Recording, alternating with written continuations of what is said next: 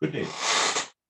I'm your speaker, Maurice Herlihy, and this is joint work with my students Daniel Engel and Yingjie.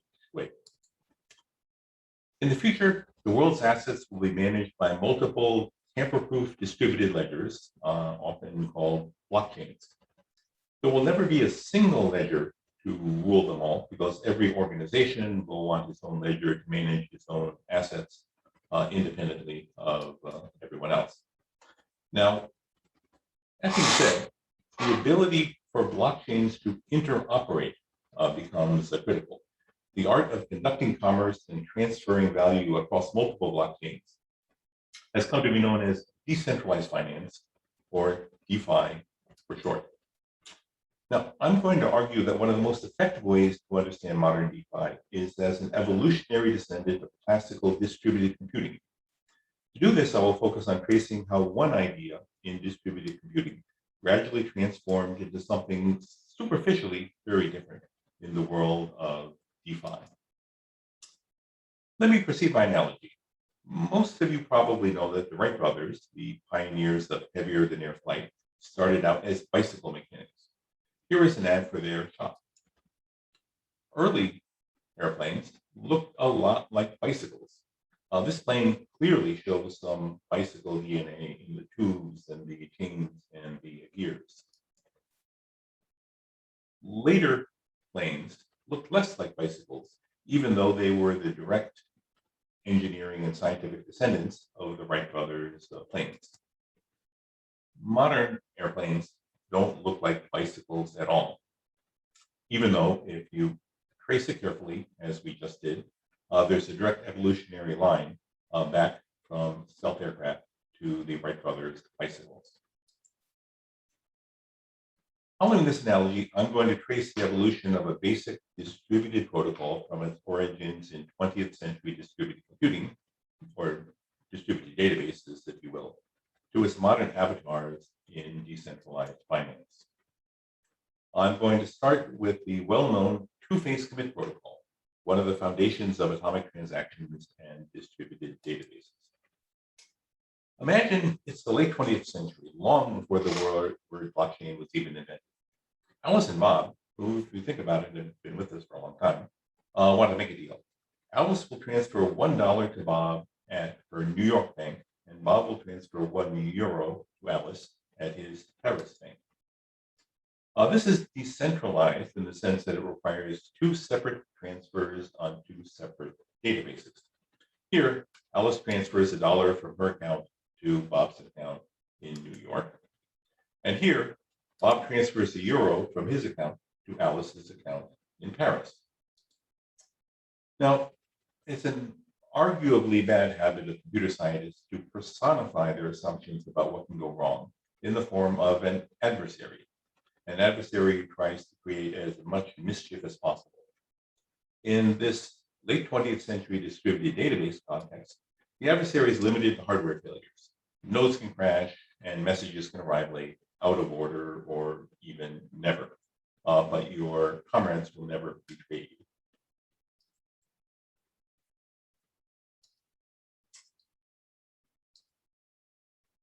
The structure of databases hasn't changed that much since the 1990s. A database has a committed state, a committed persistent state. This state lived on a magnetic disk because data on disk survives crashes. Updates are made to tentative volatile state. This volatile state lives in main memory, usually DRAM, and is lost if a crash occurs. Once the New York and Paris databases have made their tentative updates, their tentative transfers, they appoint a trusted centralized coordinator to complete the transfer. The protocol undertaken by the participating databases and the coordinator constitutes our two-phase commit protocol. In phase one, the coordinator commands the databases to back up their tentative changes to a safe place. In this case, stable storage, magnetic disk memory. Each database then votes on whether to commit, that is, whether to make the transfers permanent or whether to abort, that is, discarding these transfers. So here we have the tentative changes backed up. The first database votes yes, the second database votes yes. Then in phase 2, the coordinator tallies the votes. If all participants vote to commit, the coordinator commands the databases to install their changes. The coordinator's job is done when all participants have confirmed that they have succeeded in committing the protocol. Now, of course, there's more to this protocol than I've shown here. But in the interest of time, I'll just say that if the adversary succeeds in disrupting the protocol somehow, both databases will revert to their earlier consistent states. Either both transfers happen or neither one happens. So for later use, we can present this protocol schematically.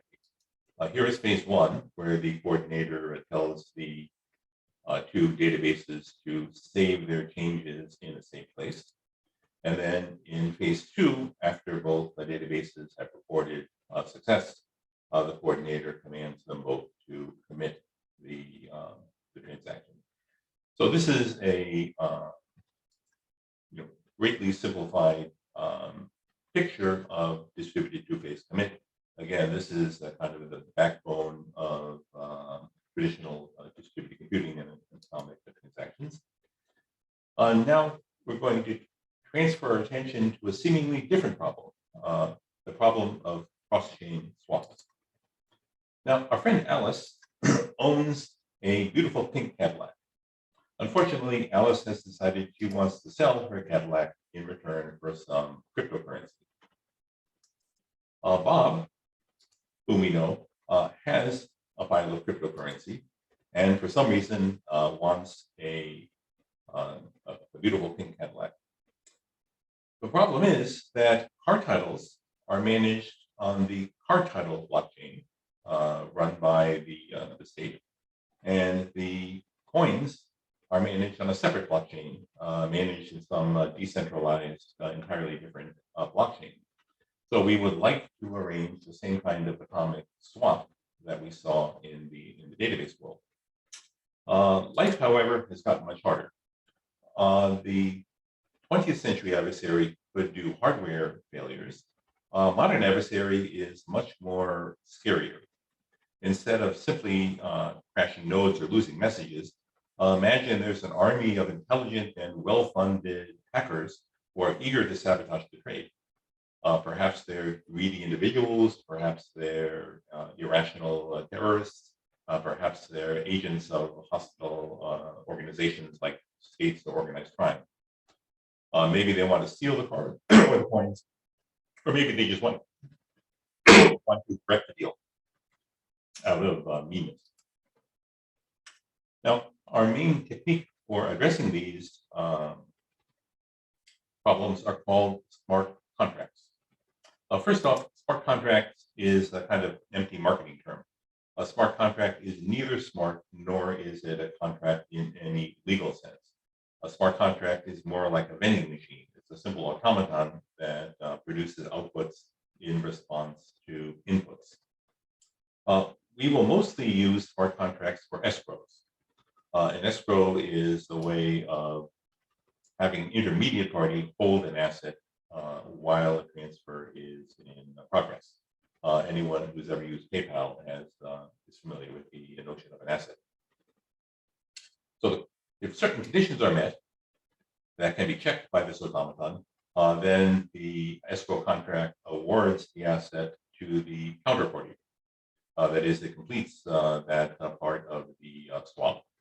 And otherwise, if these conditions are not met within a certain amount of time, then it refunds the assets to the other party.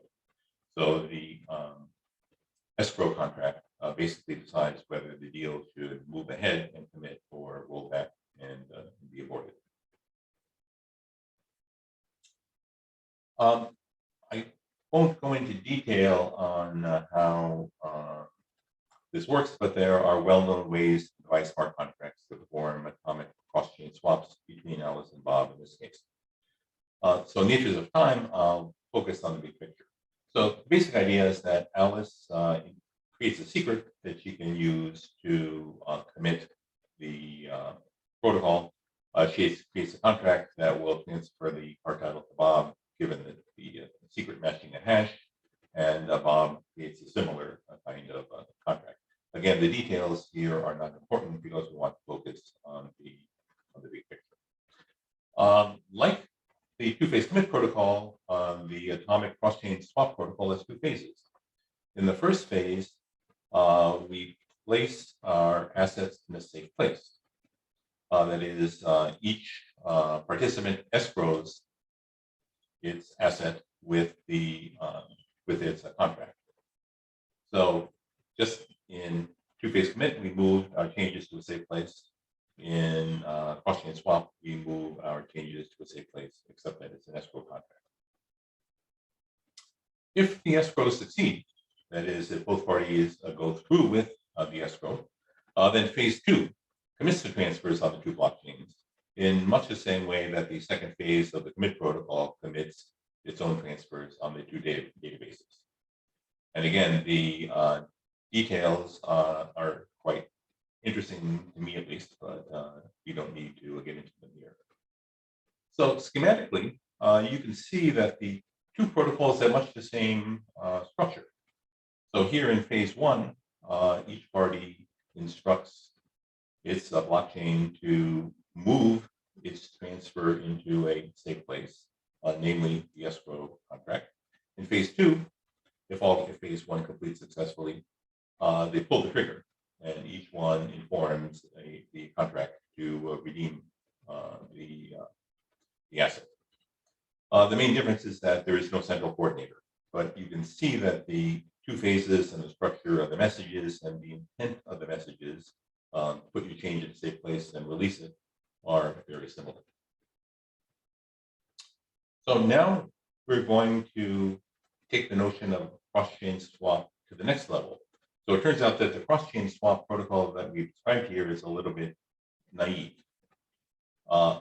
Let's go back to the start of the protocol, the beginning of the escrow.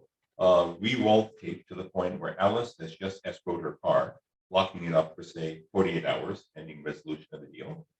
Bob, before he escrows his coins, he takes a step back and says, actually, I'm going to hold back and see whether the value of pink Cadillacs goes up or down relative to the value of my Bitcoins. So I have a little bit of slack. I'm going to hold off to see whether the situation improves or deteriorates. So here Alice has escrowed her goods. Bob is reflecting on whether he actually wants to go through with it. And let's say he decides that the market has moved against him. He found a better deal, so Bob is now going to ghost for Alice. Now, in fact, Alice gets her car back. So Bob didn't steal anything, but Alice is angry because her car was locked up for 48 hours and for no apparently good reason. So this is really unfair to Alice because Bob has what is called optionality. So Bob can unilaterally decide whether to complete the swap. Alice has already committed and Bob is holding back. So he can choose to complete the deal if the market moves in his favor, but he pays no penalty if the market moves against him and he walks away. So Bob decides yes. If the profit improved at Alice's expense, he decides no, then he pays nothing, and Alice, in some sense, pays the cost of having her asset locked up. Now, if you explain this problem to people who do actual finance, they roll their eyes and say, this problem has been solved ever since the Renaissance. What you're looking for is called an option, specifically an American option, but that's a technicality. And that option would give Bob the right, but not the obligation to purchase Alice's asset at a fixed price within a fixed duration of time. In return, Bob pays Alice a fee called a premium. This compensates her for her risk and inconvenience. So Bob pays the premium for the right, not the obligation to swap. If he decides yes, then Bob gets the car, Alice gets the coins, plus she gets the premium to compensate her for the risk that she took. If not, then Alice keeps her premium and gets the car back. Now, some observations here. It turns out that if you look carefully at the swap protocol, optionality switches back and forth between Alice and Bob. At each point, one party can walk away and greet the other. So let's say that Alice and Bob agree on premiums P and Q. So if Alice's car is locked but unclaimed, Bob should pay her 2 coins. If Bob's Bitcoins are locked but unclaimed, Alice should pay him P coins, and these premiums can be computed either offline or dynamically. I don't have time to go into the technical details here, but basically in phase 0, the parties pays premiums into escrow. Now, the structure here is slightly more complicated than you might be anticipating for technical reasons, but trust me, it works. So Bob walks away without placing his coins in escrow, then each smart contract awards the escrow premium in a way that in the end, Alice is compensated. So she gains her premium. If it's the other way around, if Alice ghosts Bob, walks off without completing the deal, then the assets are refunded. The contracts make decisions on refunding the premiums, and in the end, Bob ends up with the appropriate premium. There are many details here that I'm glossing over, and I encourage you to look them up in the appropriate places if you're interested. So we can, if we do this schematically, you can see that hedge swap is really sort of a 2-phase commit plus 1 extra phase. So in the initial phase, the Alice and Bob each escrows their premium, then they escrow the principals, then they redeem the assets. Now notice that there is a danger that one party or the other will walk off with the premiums, but the premiums are typically very small compared to the value of Cadillacs or Bitcoins. So we don't need to worry about that so much. Okay, now we're going to take options to the next level by allowing an option holder to sell her position to a third party. So here we're back in the situation where Bob is deciding whether to exercise his option. Alice is content now because she's been compensated for risk and inconvenience. Bob decides he's not going to exercise his option, but maybe he thinks I can sell this option to someone else to cover the cost of the premium. So he finds a third party, Carol, to buy the option. And the idea is that Carol will effectively assume Bob's role in the protocol. This is actually harder than it looks for several reasons. First, once Bob sells his options, his rights need to be revoked. And revoking rights is typically much harder than granting them. Second, Alice should not be able to veto this deal because it's none of her business what's going on. So that means that she shouldn't need to participate in the protocol. And so in the end, we need multiple secrets and extra rounds of coordination. And the details are in the paper that is currently under preparation. So to conclude, we started with a world where we had only hardware failures to worry about. We moved on to a world where we were worried about betrayal by Byzantine counterparties. We then moved into a world where walking away from a deal is not a betrayal, but a rational consumer choice, available judgment-free to anyone willing to pay for it. This is the genius of capitalism. What we get out of this is 3 very different world views: distributed databases, Byzantine predators who may or may not betray you, and rational consumers. Even though the world models are very different, the protocols that we've seen are all very similar. They're all variations and extensions of 2-phase commit protocols. And if you understand how 2-phase commit protocols work, then it's much easier to understand how these more sophisticated protocols work, even though the products that they produce are very different. So from the 2-phase commit protocol at the dawn of time, we moved on to CrossChain Swaps, which I claim are very close to 2-phase commit. Some of the details are different, but overall structure is the same. CrossChain protocols are sort of nested 2-phase commit because we need to move premiums as well as principals. And then if we make these transferable, we need more and more 2-phase commit, but it's all sort of the same thing. Thank you, and ask me anything you like.